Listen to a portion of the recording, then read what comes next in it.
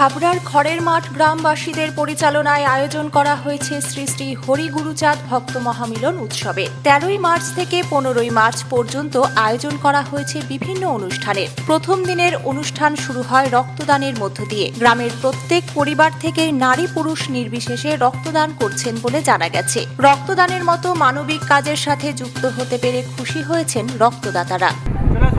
আমি চাই সবাই রক্ত দিলে আমাদের আর একটা মানুষের জীবন বাঁচবে। রক্তদান শিবির দিয়ে আমাদের শুরু হচ্ছে, তারপরে বিকালে আমাদের দল বরণ করব আমরা, আর কালকে আমরা আমাদের নীলাম্বিত পাঠ হবে, তারপরে আমাদের ঘট বসানো হবে ঠাকুরের নামে, আর আমাদের তারপরে দুপুরবেলা খাওয়া দাওয়া আছে, বিকেলবেলা অনুষ্ঠান আছে, আর পরের দিনকে শুক্রবার দিনকে আমাদের অঙ্কন প্রতিযোগিতা আছে শুক্রবারে, আর তারপরে রাত্রিরে যাত্রাপালা দিয়ে আমাদের শেষ।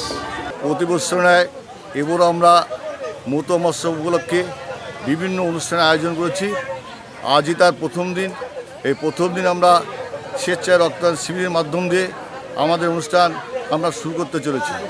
আমাদের বিকেলের অনুষ্ঠান দল আগমন এবং বরণ।